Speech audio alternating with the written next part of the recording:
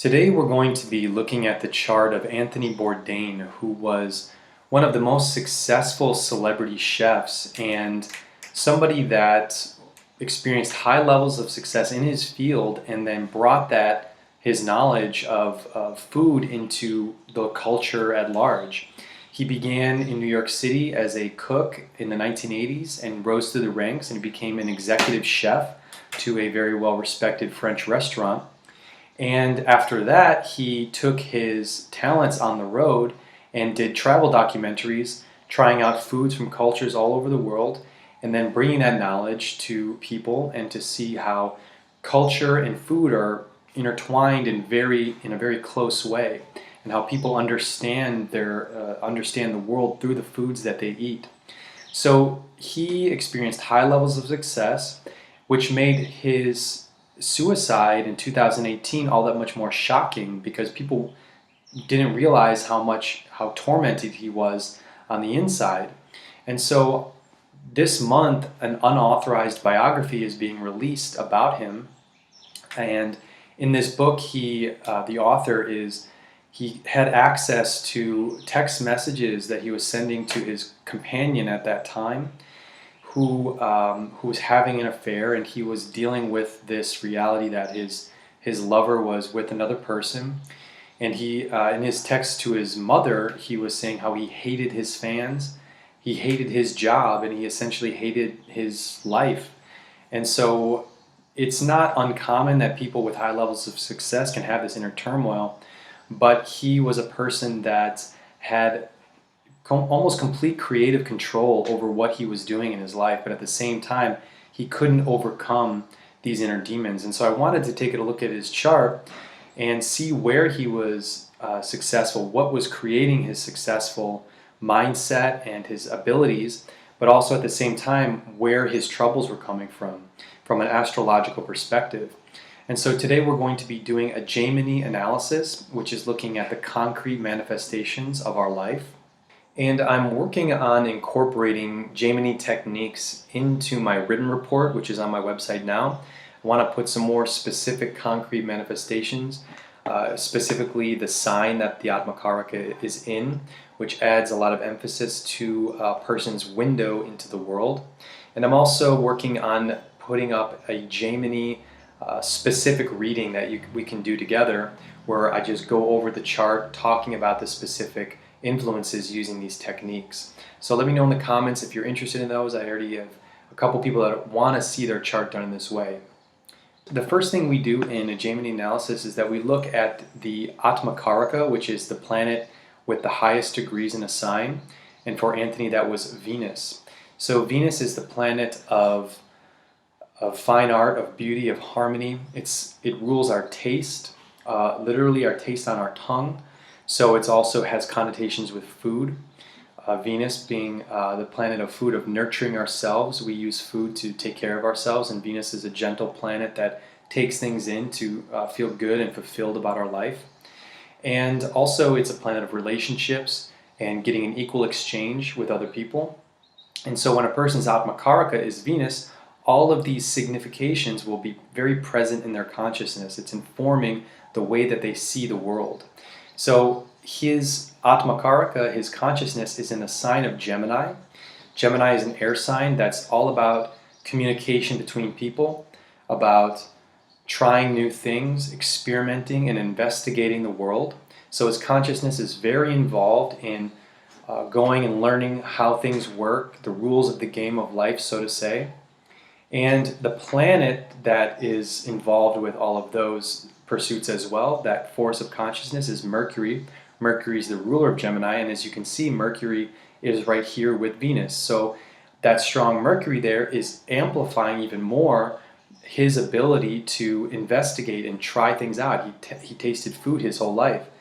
And so we can see here in the 9th divisional chart, which we'll be using, it's the chart of our path in life.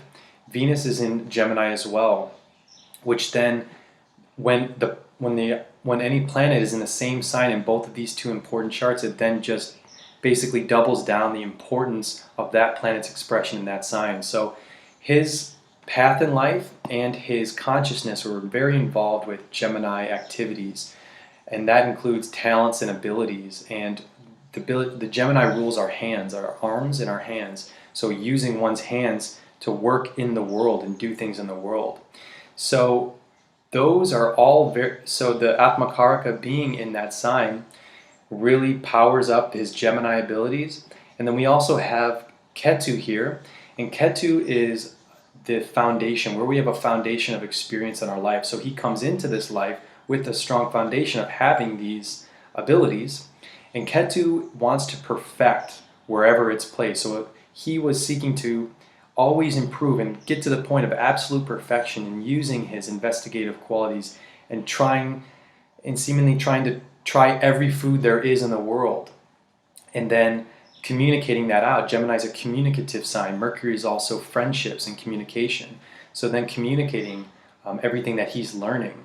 Gemini and Mercury are both signs for actors or performers. So he was always performing in front of a camera. As we know now, he wasn't totally in touch with he wasn't revealing his true self in front of the camera. He had another side to him. But Mercury in his own sign, also with Venus, is giving this ability in order to put on a strong presentation for other people. Mercury rules skins. So it rules actors because actors put on a different skin, try that skin out, and then take that skin off, or you could say a mask.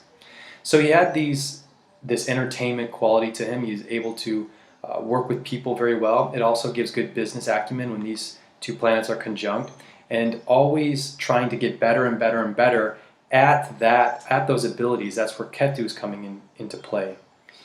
But Ketu eventually creates dissatisfaction and a need to move beyond that sign, which is the person then needs to explore the sign of Rahu. So he needed to, in this life, explore the purpose of all of that. Sagittarius is Rahu in Sagittarius shows a person who is putting all of those talents and abilities together to find a larger meaning to what they're doing.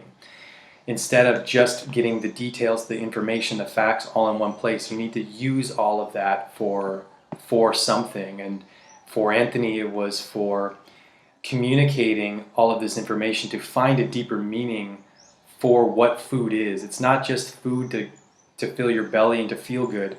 There's a bigger meaning behind it, and that's what he did with his show. He was very much about connecting culture.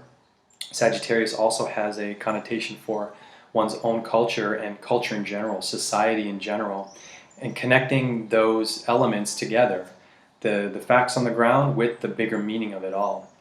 So very strong Gemini with the Atmakaraka and all of this energy being put here. But to become a chef, you need to have Mars involved. Why? Because Mars is a fire sign. Kitchens have fire in them. You're working with fire all day.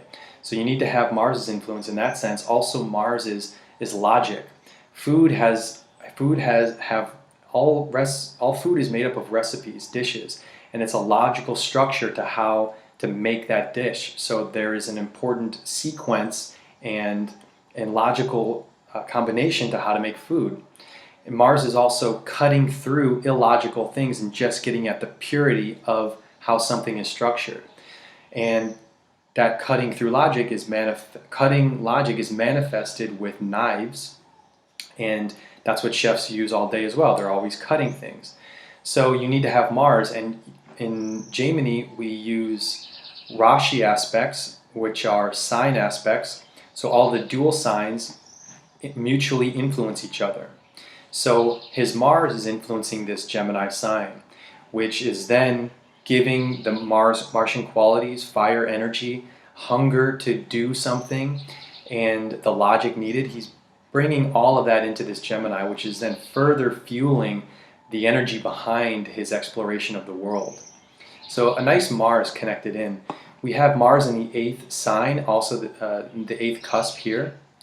And the 8th is hidden things that are underneath the surface, things that are that we explore that have to do with our inner emotional security. And it's interesting, the book that made him famous was called Kitchen Confidential. So it was kind of a behind the scenes look at what the lifestyle of a chef is. and confidential meaning a hidden thing, things that aren't shown to everyone in the world. So it's interesting that he's bringing his understanding of the cooking world and then layering that with a kind of an unknown quality of this what's really going on behind the scenes in a chef's life.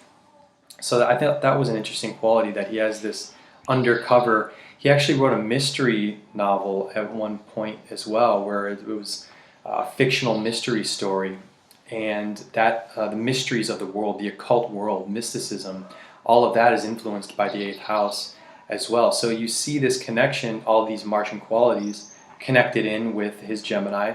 Mars is in Pisces. Pisces is this free-flowing ocean of everything is possible, non-differentiation, all experiences are available. So when Mars is there, a person may tend to become too abstract in their pursuits of things, but it also gives energy to explore a lot of different layers or a lot of different aspects of life. And so all of that is a very and also here in Jaimini, we use the 5th sign from the Atmakaraka to see where a person's predominant intelligence is. And again, we have Mars here in Venus's sign, making him more passionate, but also his Martian intelligence of using logic to get at the purity of things. So this pursuit of finding what is the most true about whatever one is pursuing. And for him, that was getting at the best recipes and having the highest quality of things. That's why he was able to work at high-level restaurants. And so those are some really key components that was making him a chef, important things that are making him a chef. Here we look at the 10th from the Atmakaraka, the 10th sign, and we see what person's work has to do, what their work abilities are, their career. And there in this sign we have Saturn in Pisces. Saturn doesn't give a career, but Saturn helps a person work hard over a long period of time to achieve in that career. So we see a person that was always working and always busy through his life. He never stopped. He never took a break, essentially. And Pisces, again, is a sign of leisure. It's a sign of vacation. It's a sign of rejuvenation. So with Pisces influencing his career, it shows that he was dealing with places of leisure, which hotels, resorts, restaurants. He was traveling. Traveling has a connotation with vacation, showing people vacation spots where people can enjoy their life. And so those are all just a preliminary look at what's influencing this conscious planet, the Atmakaraka, the person's self-consciousness. But let's look a little bit more and see what brought him into public view. So here in the Lagna, in the ascendant sign, that's a person's path in life that they're living. We have Jupiter here in a great friend sign, so it's in very good dignity. Jupiter is able to express its connotations to a high degree. Jupiter is knowledge, and Jupiter is higher knowledge. Jupiter is expanding, always looking to expand oneself. So he's expanding his abilities, he's expanding his path in life through travel and through communicating his knowledge of food and of travel and how culture. Jupiter's the ruler of Sagittarius, so it's how society is structured. Jupiter has a big. It's all about the big picture. So he's able to bring the big picture understanding into his path in life, which made him very good at communicating all of this higher sources of knowledge and taking food beyond just something that we enjoy. He has the ruler of his ascendant, his ascendant ruler, his Lagna Lord, is the Sun. The Sun is always a sign for ourself. It's always a planet that shows our individuality, who we are as ourself. And it's also his Lagna Lord.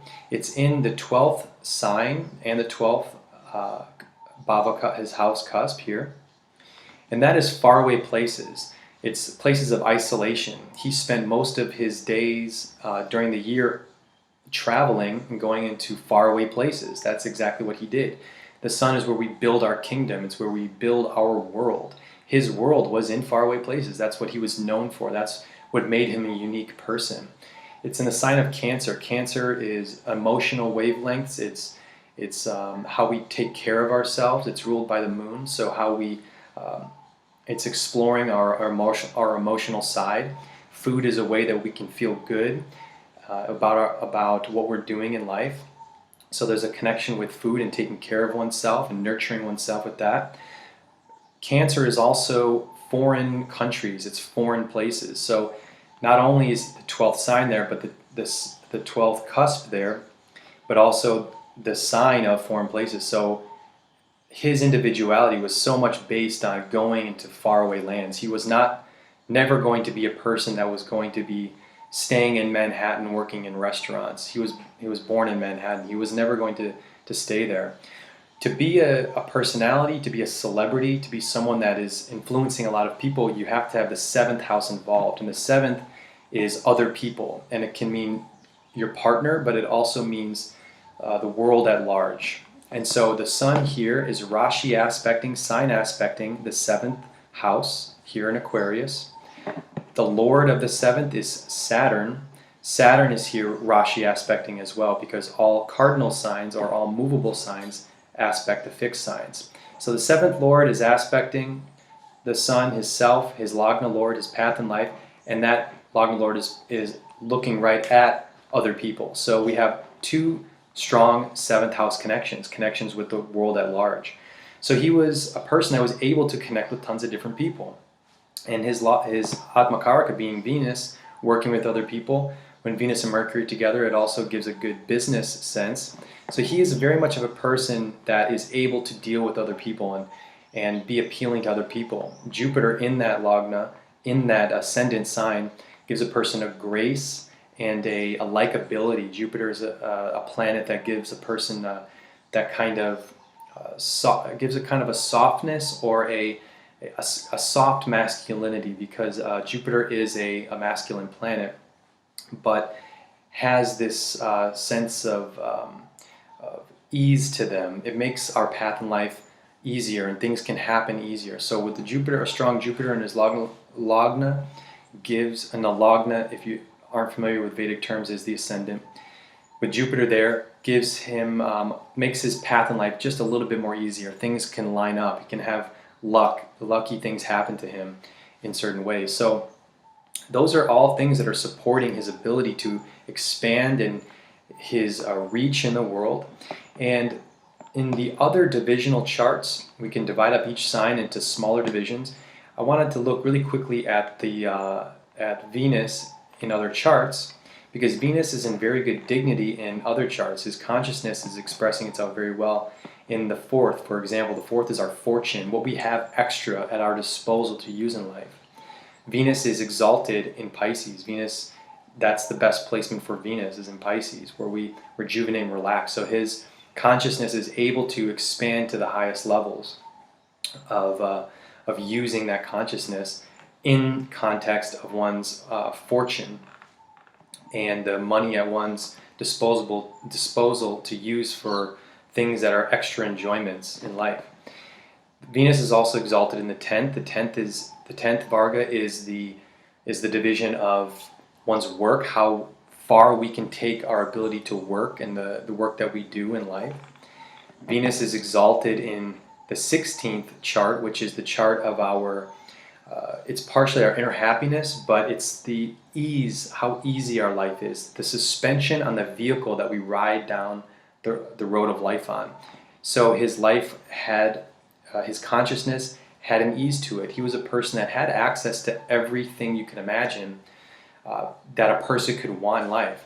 Total creative freedom, visiting the best places in the world, saying, I want to go to this country and I want to try this food, I want to talk about this. He had all of those abilities. He was able to have this freedom to do all of these enviable activities.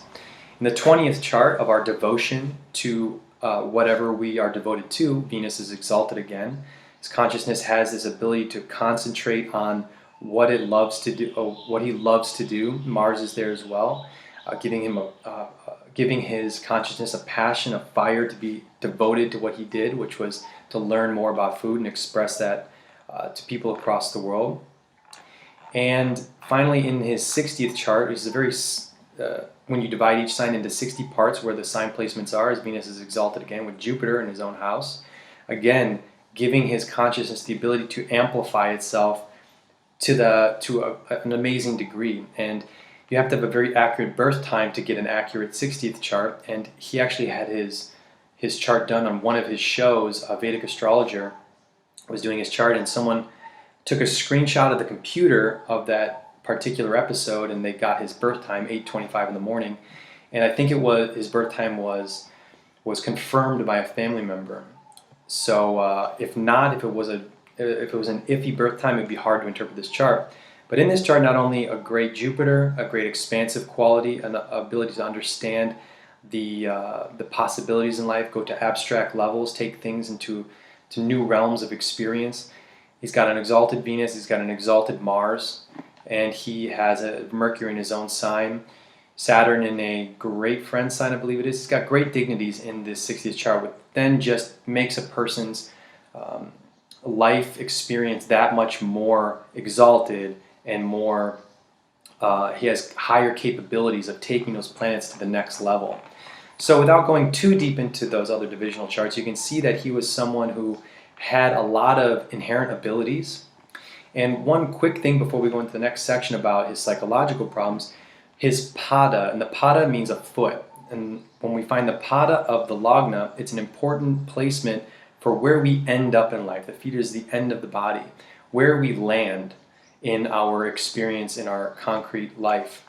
And so to find that, we look for the lagna lord and see how many places away it is from the lagna. So that's 12 places. The sun is 12 signs away. And then we go 12 signs from the sun is then the pada. So 12 signs from there is Gemini once again. So where he lands in his life is again this Gemini sign. So he was always, he started here. This is where his consciousness began and started. He has so much past life experience with that Ketu, a strong foundation, and he ended there. He stayed on basically the same path his whole life, doing his work as a chef. That's how he graduated in school, always interested in food, took his abilities across the world, and he ended, when he committed suicide, he was on location shooting. He was doing his show at that time. So he was totally into this Gemini experience of trying things out in the world and experimenting with life and making connections with other people, friendships, and having a business, a brand that revolved around trying things out and experimenting with things in the world. But there is a dissatisfaction associated with Ketu, as I was saying. So he's ending in a place where he began, which can create a sense of dissatisfaction or an incompleteness. And to look into now let's look into a little bit more of what was underneath the surface that he probably wasn't showing the rest of the world, what he was experiencing on a deeper level. And when we start with psychological complexes, we look at Saturn. Saturn is this feeling of separation from things in the world. Wherever Saturn is, we feel we're not fully connected with that realm of experience. Saturn is in Scorpio. Scorpio is the sign that we go into the deeper levels of our emotional understandings in order to have a transformative experience. So with Saturn there is making him more prone to feeling like he doesn't have he's not fully able to wrap his hands around or wrap his head around everything that's happening as an undercurrent emotionally in his life. And his first books were about how chefs had drug problems, and he actually was addicted to heroin for a time, and he kicked that habit, but he was trying all different types of chemical substances. And you can see that with Mars here in Pisces. Pisces, as I was saying, is every possible experience, not differentiating right from wrong, just going into the ocean of life and trying everything out. And again, connected to the 8th, when Mars is in the 8th, it lowers a person's longevity. The 8th is a place of battles. It can be emotional battles, psychological battles, and with Mars there, he was always fighting a battle psychologically with himself on a deeper level. And that doubles down with Saturn there in Scorpio, which has those same connotations. So he was always in that kind of battlefield of life. And again, we can further that by looking at here at the moon. His moon is in the 6th sign. And the sixth is places of obstacles where we have difficulties. We have to use our intelligence to overcome these difficulties in life. The moon doesn't want, our moon consciousness doesn't want to be dealing with difficulties all the time. The moon wants to be taken care of. The moon wants to nurture oneself and to receive the good things in life. And when his consciousness of the moon, also in Capricorn, that creates a person who has thick emotional skin, someone that won't be giving off everything that they're feeling.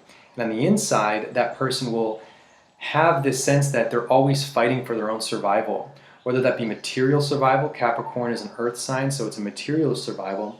And although he didn't likely have very much money problems because of his extraordinary success, he was always in the sense of feeling that he was in a battleground of having to deal with problems. And if you work in production, it's always that. It's a series of solving problems. And when he's always solving problems, when he's wanting to be nourished, that can cause even more strain on one's emotional self. Saturn here is Rashi aspecting, it's sign aspecting Capricorn.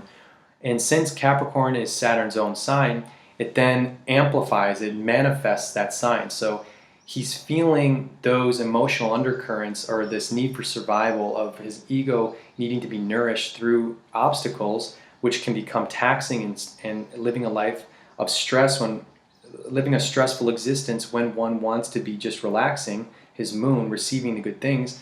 When it's forced into a stressful survival mode all the time, that builds up, and it can create even more intense experiences of not having a sense of relief. Jupiter is also aspecting, which manifests that sign even more. So his Capricorn experience with his moon there was a point of his dealing with constant psychological difficulties and having to overcome those. But that's not going to make a person suicidal, so to say. It's coming out now, his biggest struggle was with addiction. And even though he got over his major drug addictions in the 80s and 90s, he was drinking alcohol he had an alcohol problem up until his final days. And in Jaimini, there is a combination that can create an addiction, and that is with the Atmakaraka, the Venus in his case, being influenced by both Rahu and Saturn, which, as we can see is happening here. So on his path in life, he's dealing with Rahu and Saturn both interacting with his consciousness. Rahu is this hunger that can never be satisfied, and it pushes a person into the world for more experiences. Saturn is this sense of lack, this emptiness. And when those are both influencing a person's consciousness, wanting more experiences, because to take care of an inner lack often leads to drugs and often leads to substances that alter one's perception.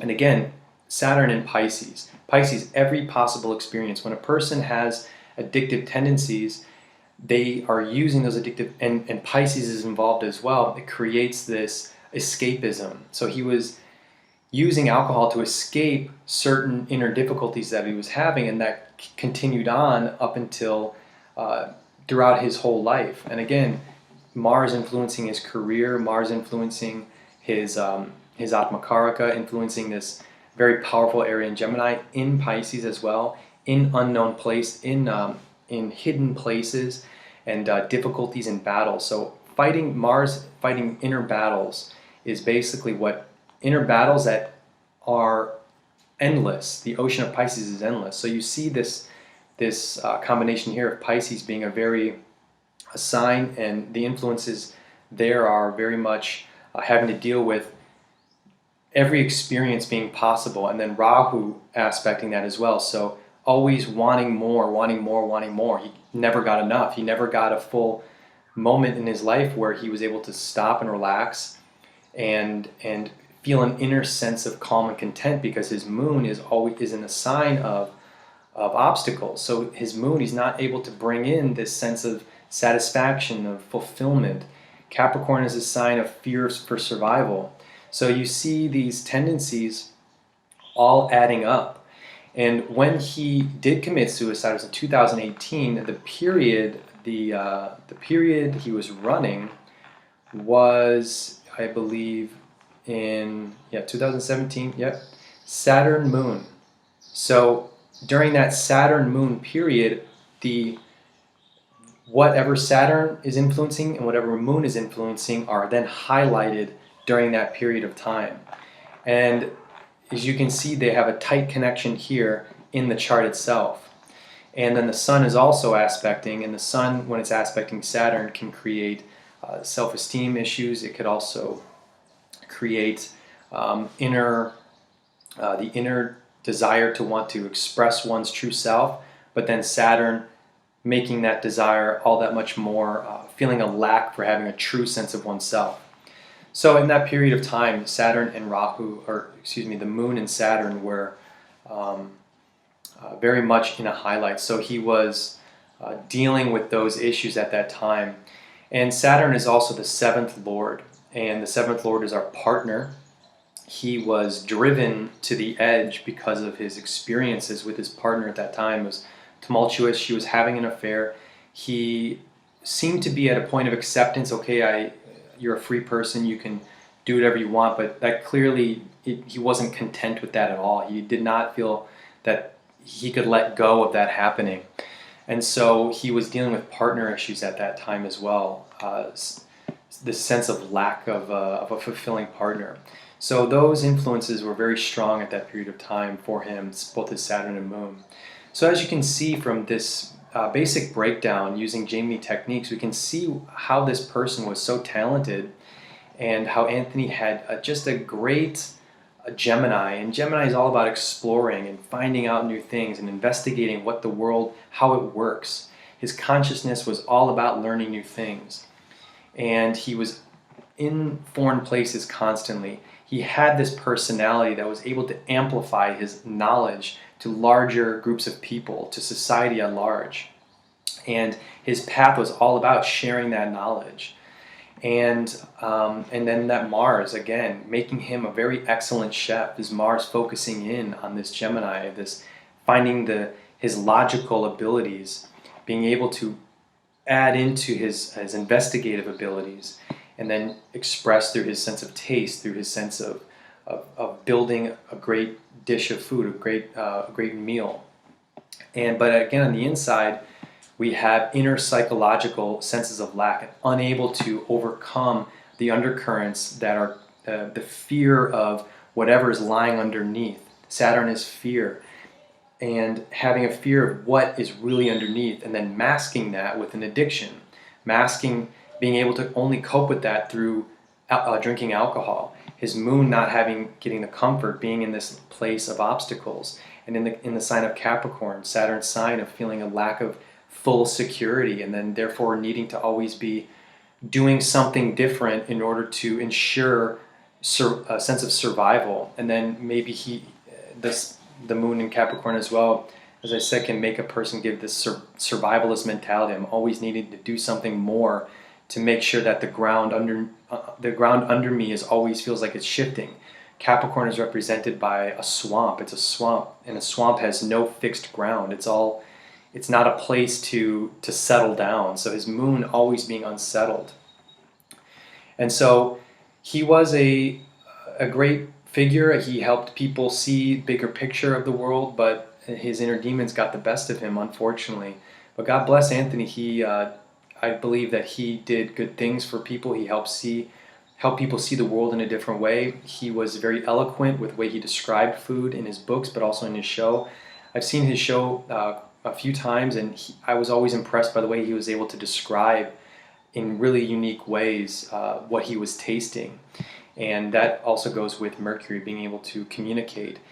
Venus helps a person see meaning where there is none. It gives us poetic quality. So he was able to find meaning and unique insights where other people couldn't, and he did that through his very well-rounded and high level of taste for food, but also for experiences.